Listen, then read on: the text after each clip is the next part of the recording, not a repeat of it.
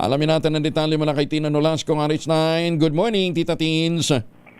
Good morning, Kuyang Angel. Tumaas nga ng 20 pesos ang kada kilo ng tambakol at galunggong dito sa Quinta Market sa Quiapo, Maynila. Ang dati kasing 200 pesos kada kilo ng galunggong, ngayon ay mabibili na ng 220 pesos ang kada kilo. Habang ang dating 180 pesos na tambakol noon ay nasa 200 pesos na ang per kilo. Kakaunti rin ang supply ng isda ngayon sa pamilihan na inaangkat o binibili ng mga vendor sa Navotas Fishport. Ayon kay Nanay Mercy, isa sa mga vendor na ating nakapanayam, kakaunti kasi ang supply ng isdang dagat ngayong panahon.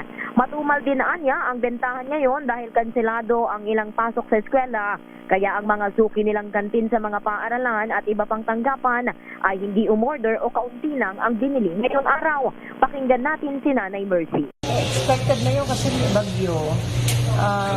Matumal kasi walang masyadong bibili ng mga paninda namin kaya ng masama ang panahon.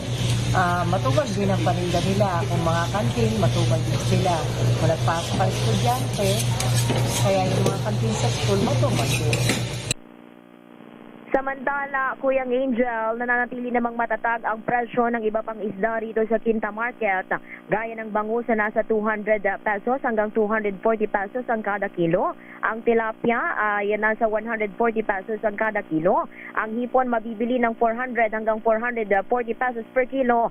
At ang tahong ay mabibili ng 100 pesos kada kilo. Ito si RH9 Tina Nolasco para sa DZRH. Una sa Pilipinas, una sa Pilipino. Maraming salamat, Tita Teens.